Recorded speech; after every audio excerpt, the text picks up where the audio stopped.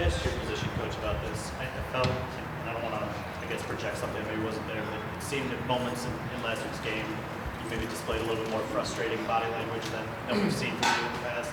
I'm just wondering, like, just your mindset right now in terms of where you guys are as a team and just an 0-6 record. How are you taking it? How are you feeling right now?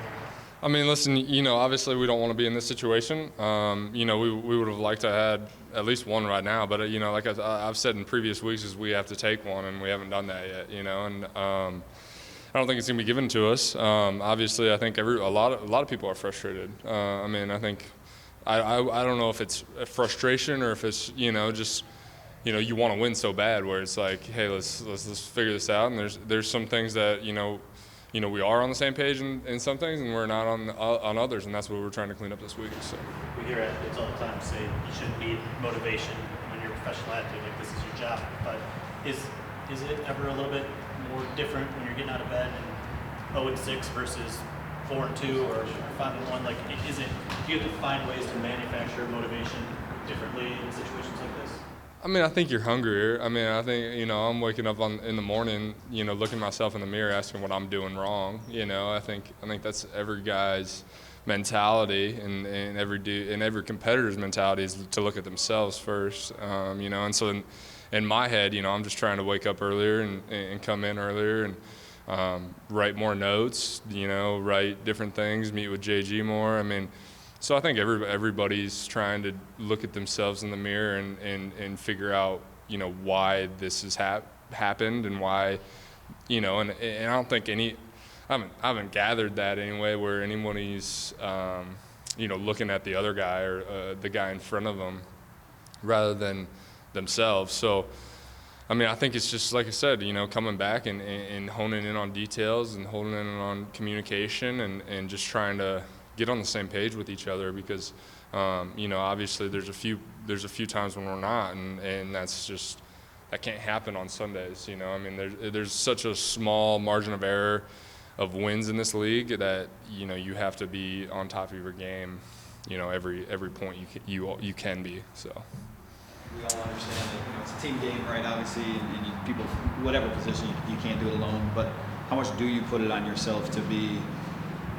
Double teams, whatever they're doing to you, I still got to make a play. Right? I still have to produce. I can still do more to be that guy. Yeah, I like I said, I'm always looking at myself in the mirror and always trying to beat the person in front of me, beat the people in front of me, and it doesn't really matter what that case is, but I'm just trying to create separation, win my one-on-ones, and do what I can to help this team win, and I think that's, like I said, I think that's every guy. I haven't seen a single dude that's been like, Hawk, what are you doing? Or what are you doing here? Or anybody. I think everybody has looked at themselves in the mirror, and everybody I've talked to is just like, man, what do I need to do? What do we need to do? How can we make this better? How can I make this better? And that's the encouraging part. But on the same hand, we just gotta go take one.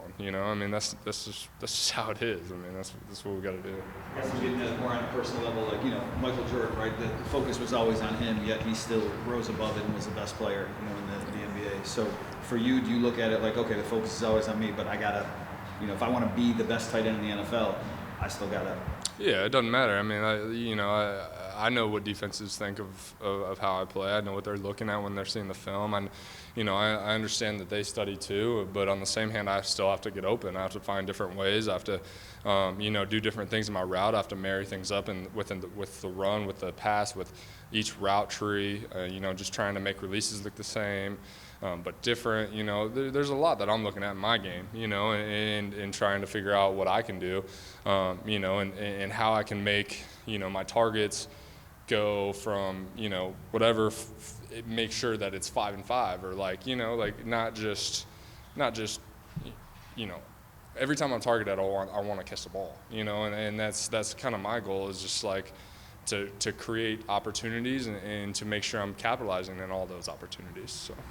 How would you assess yourself? You came out really hot, trying to find yourself. How would you assess yourself through these first 6 games, just you yourself, based off your expectations?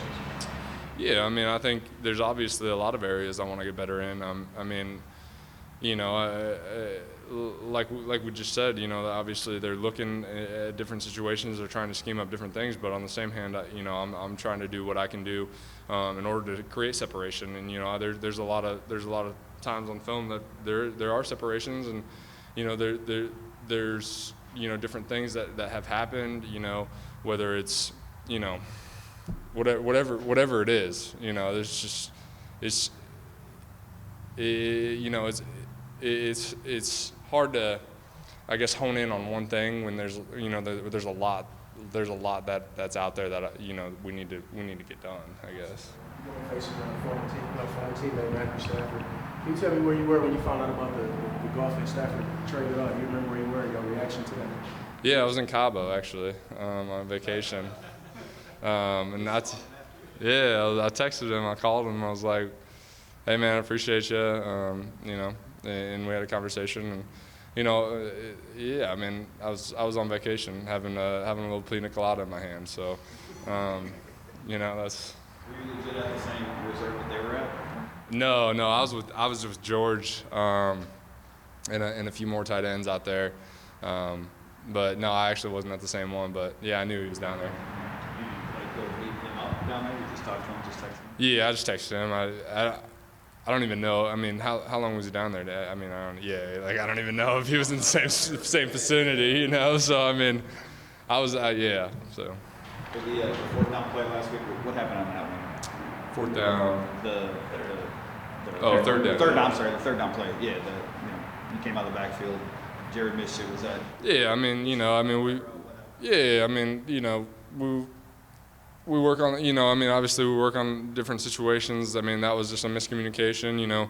He saw something, I saw something, you know, and I think, you know, we're coming in this week and learning from that. I mean, you know, I don't really, yeah. We talked about creativity and finding ways to manufacture ways for you to get over there. I think that was a prime example of you lining up in the backfield. It was a really well-designed play. How much appreciation do you have for Aylin when he comes up with something like that to kind of create opportunity for you? 100%. I mean, you know, I think you know, I enjoy doing things like that. I mean, putting me in different situations, whether it's, you know, outside the numbers in the backfield, slot, whatever it is, just trying to give the defense different reads and putting me in different situations to win. You know, and I actually enjoy that, and we marry things up with that, and whether it's outside the numbers in the backfield, you know, whatever it is, you can marry a lot up of that. You know, when you're able to do things like that and. Show the defense, hey, this is what, you know, happened last week, and you're studying this, and now we're going to give you this from the same formation and the same thing. So, you know, I think he does a really good job with that. I think we're continuing to build on different situations just like that, and you know, it is exciting moving forward. So. Jared, you guys have developed a friendship, and in front of us, he's very composed, but just knowing him. This win potentially would mean a lot to him. What are your thoughts about him going back to LA and playing in front of, you know, the old team? Yeah, I mean, obviously that's where he's from, but I mean, I don't know. This win's gonna mean a lot to everybody. You know, it's gonna be our first one. It's gonna be out in LA. Man, it would mean a lot. You know, and I think. I mean, I don't think there's any extra pressure or anything. I think we're all treating it like a normal game. But I mean, yeah, I mean, going out there and, you know, obviously I get to see Matthew and just see him before the game. But I mean, that doesn't change anything when the first kickoff happens. And I think, you know, all of us kind of have that same mindset is, you know, we're not making it more than it is or more than we have to, or forcing anything. But I mean, you just go out there and play your game on Sunday, and that's really what you can ask of, you know, not just yourself, but, you know, your entire teammates, and just not making it more than it is. Because when you do that, you start pressing, and that's not what you want. So. Last one, guys, he was doing out there. I mean, knowing that y'all had a relationship as well, but see him, do you follow, you know, just what he's doing out there? Yeah, I mean, he's doing his thing. I mean, yeah, I mean, I was with him my first 2 years, and, you know, I knew what he is, and he's just showing it, you know. I mean, nothing more than that, but, I mean, he's great. He's a good quarterback. I mean, he's a good friend, good teammate. So, I mean, I'm excited for him. So.